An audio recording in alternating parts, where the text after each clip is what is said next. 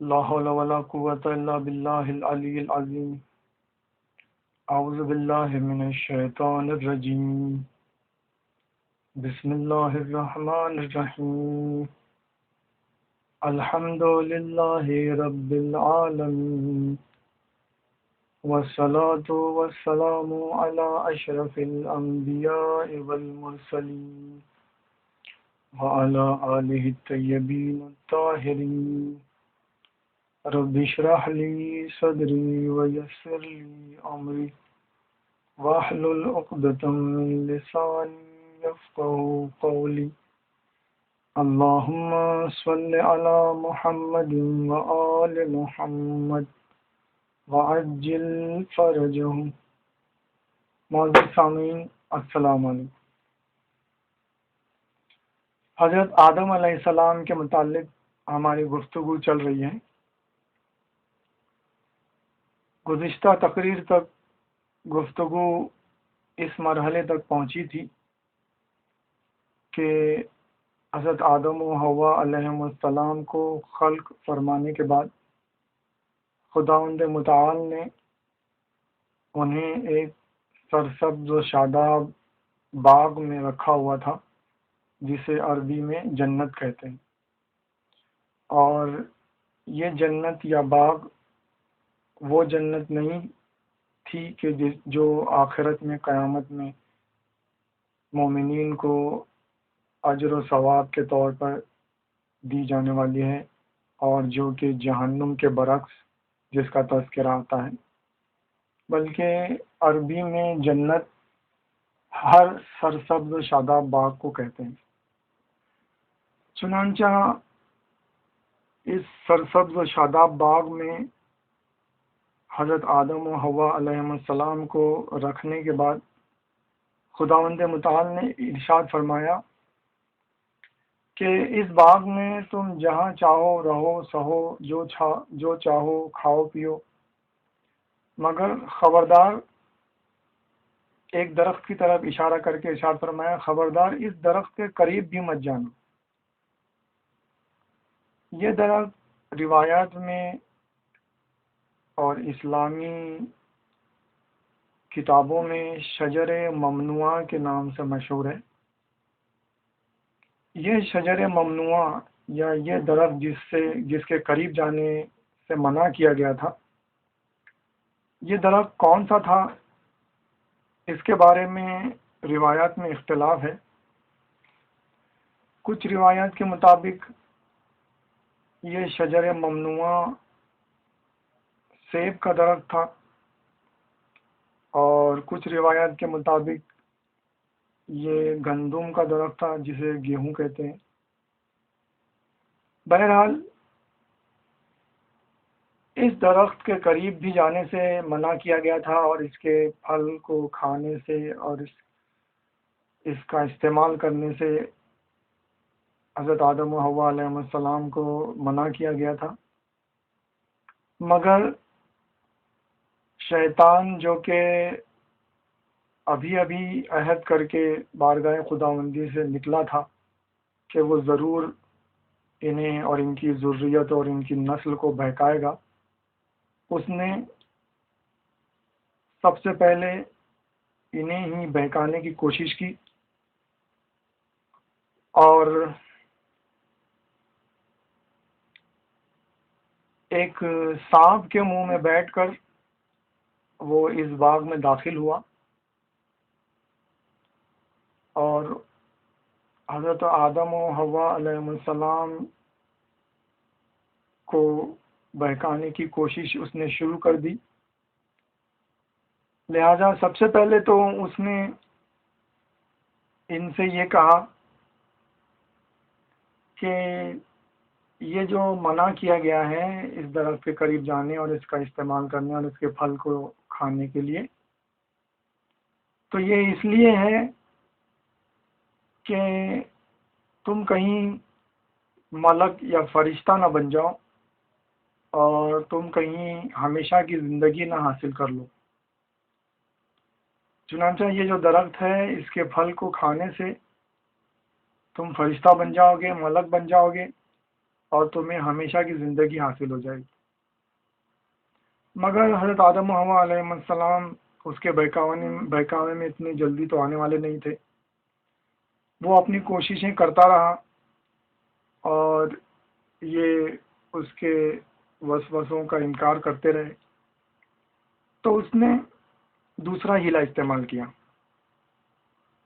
اور کہا کہ اس باغ میں اسی قسم کے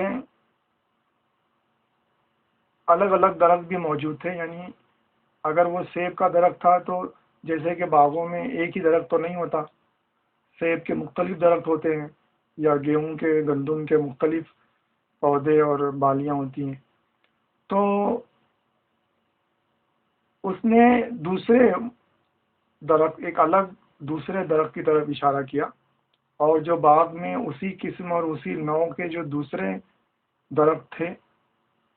ان کی طرف اشارہ کرتے ہوئے اس نے بہکانے کی کوشش کی کہ تمہیں جس مخصوص درخت سے منع کیا گیا تھا وہ تو الگ ہے، وہ تو دوسرا ہے، اور یہ تو اسی قسم کا ہے اور یہ الگ ہے، یہ دوسرا ہے، تمہیں اس سے تو نہیں منع کیا گیا، تم اس کا پھل تو استعمال کر سکتے ہو۔ چنانچہ اس طرح اس نے بہکاوے میں لینے کی کوشش کی۔ ابھی بھی حضرت آدم و حوا علیہ السلام اس کے بہکاوے میں نہیں آئے اور حکم خداوندی کی اطاعت و فرما برداری میں لگے رہے، مگر آخر میں اس نے ایک ایسا حربہ استعمال کیا کہ جس کے بعد ان کے لیے اس درخت سے دور رہنا اور اس کے پھل کا استعمال نہ کرنا ممکن نہ رہا، اور وہ یہ کہ اس نے قسم کھائی، اور قسم کھا کر اس نے یہ جتانے کی کوشش کی کہ میں تمہارا ناصح ہوں، تمہارا ہمدرد ہوں، اور تمہارے اچھے اور بھلے کے لیے بول رہا ہوں۔ اور چونکہ کائنات میں اور دنیا میں یہ سب سے پہلی قسم تھی جو کہ شیطان نے جھوٹی قسم کھائی تھی، تو اس آخری حربے کی بنیاد پر جناب آدم و حوا علیہ السلام کے دل میں بھی یہ خیال ہوا کہ واقع ہو سکتا ہے کہ اس امر میں ہمارے لیے بہتری ہو، اور اگر ہم کو ہمیشہ کی زندگی مل جائے یا ہم ملک یا فرشتہ بن جائیں تو یہ ایک اچھی بات ہوگی، اس میں کیا کباہت ہے۔ ایسا سوچ کر اور اس کے بہکاوے میں آ کر انہوں نے اس درخت کے پھل کو استعمال کیا۔ اب جیسے ہی انہوں نے اس درخت کے پھل کو کھایا اور اس درخت کے پھل کا استعمال کیا، تو سب سے پہلے تو ان کے مخصوص اعضاء جو تھے وہ ایک دوسرے پر ظاہر ہو گئے، اور قرآن آیات کے مطابق وہ درختوں کے پتوں سے اپنے مخصوص اعضاء کو چھپانے لگے، اور دوسرا یہ کہ ان کو قضائے حاجت کی خواہش ہوئی، لہذا اس بنیاد پر خداوند متعال نے انہیں حکم دیا کہ وہ اس جنت یا اس باغ سے زمین کی طرف روانہ ہوں، اور اب یہ باغ یا یہ جنت ان کے رہنے کے، وہ اس میں رہنے کے قابل نہیں ہے، اور اب انہیں زمین میں اور دنیا میں جانا ہو۔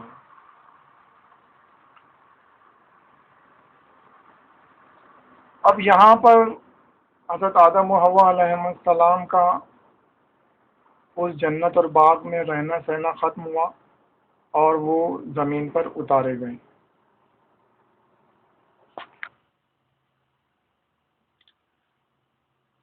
چنانچہ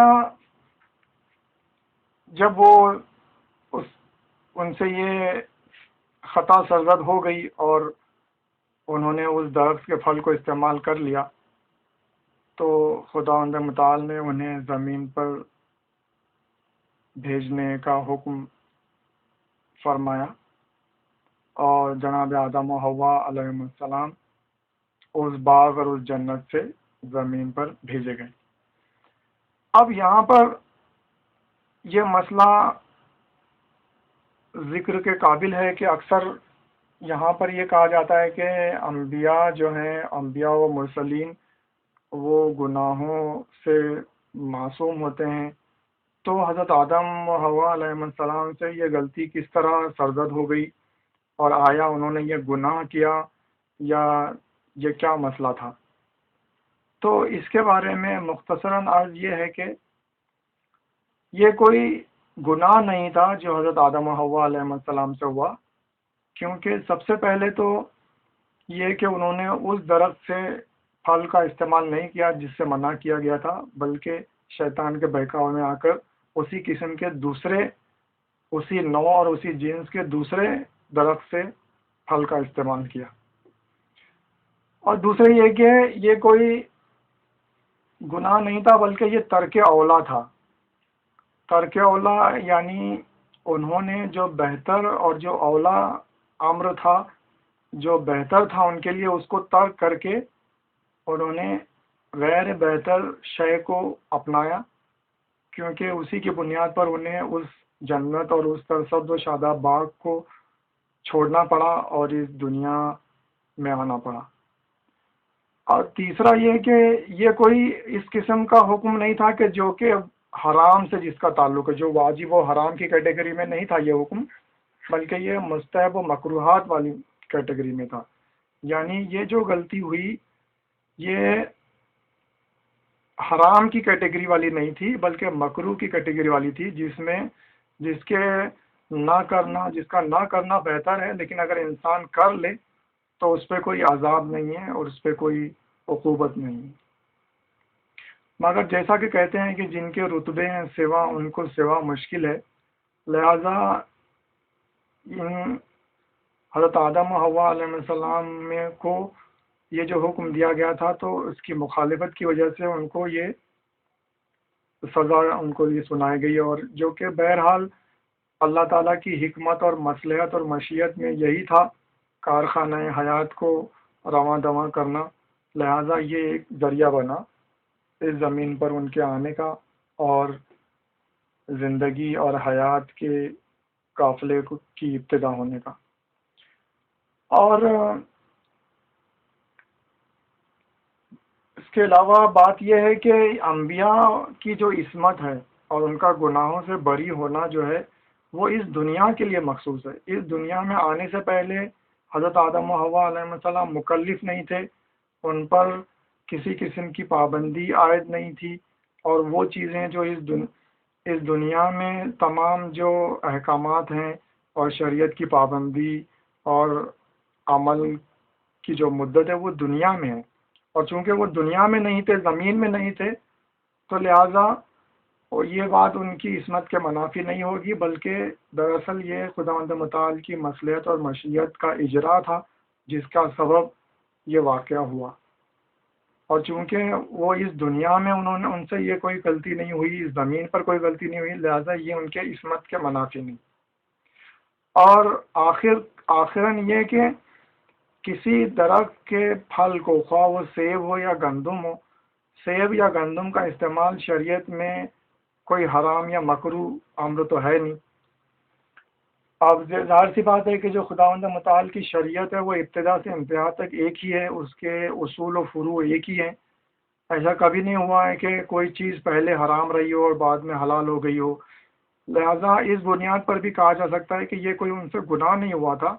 کیونکہ ظاہر سی بات ہے کہ سیب کا کھانا یا گندم یا گیہوں کا استعمال کرنا یہ کوئی گناہ نہیں ہے۔ آج ہماری نارمل زندگی میں جو ہم زندگی گزار رہے ہیں اور ہم کو جو شریعت عطا کی گئی ہے، جو ہم کو احکامات دیے گئے ہیں، ان احکامات اور شریعت میں، اسلام میں سیب یا گندم کا استعمال حرام نہیں ہے، لہذا اس بنیاد پر بھی وہ کوئی گناہ نہیں تھا، بلکہ وہ ایک مشیت و مصلحت خداوندی کا اجرا تھا جس کا سبب وہ واقعہ بنا۔ بہرحال اس واقعے میں یہاں تک جو دو باتیں سامنے آئی ہیں ان کی بنیاد پر یہ حدیث ہے کہ تمام برائیوں کی جڑ تین ہے: تکبر، حرص اور حسد۔ لہذا ابتدائی کائنات میں اور دنیا کی ابتدائی میں یہ تینوں باتیں وجود میں آ گئیں، اور شیطان نے تکبر کا مظاہرہ کیا، اور حضرت آدم و حوا علیہ السلام نے حرص کا مظاہرہ کیا کیونکہ انہوں نے یہ چاہا کہ وہ فرشتہ یا ملک بن جائیں اور انہیں ہمیشہ کی زندگی حاصل ہو جائے۔ اور پھر بعد میں دنیا میں آنے کے بعد ان کے فرزندوں میں حابیل و قابل کے درمیان میں حسد و رقابت جاگی، اور قابل نے حسد کی بنیاد پر حابیل کا قتل کیا جو کہ دنیا کا پہلا قتل تھا۔ لہذا اسی وجہ سے کہا گیا ہے کہ تمام دنیا کی برائیوں کی جڑ تین برائیاں ہیں جو کہ ابتدائے دنیا اور ابتدائے کائنات میں ہی، اولین واقعات میں ہی ان کا وجود صادر ہو گیا، اور شیطان کے ذریعے تکبر، اور آدم و حوا کے ذریعے حرص، اور حابل و قابل کے ذریعے حسد کا مظاہرہ ہوا۔ بہرحال اب جب ان کو دنیا میں اتارا گیا تو خداوند متعال نے فرمایا ہے کہ تم لوگ جاؤ، زمین پر جاؤ، اور تم میں سے بعض کا عدو دشمن ہوگا، تم لوگ سب جمیعاً اہبطوا منکم جمیعاً بعضکم لبعض عدو،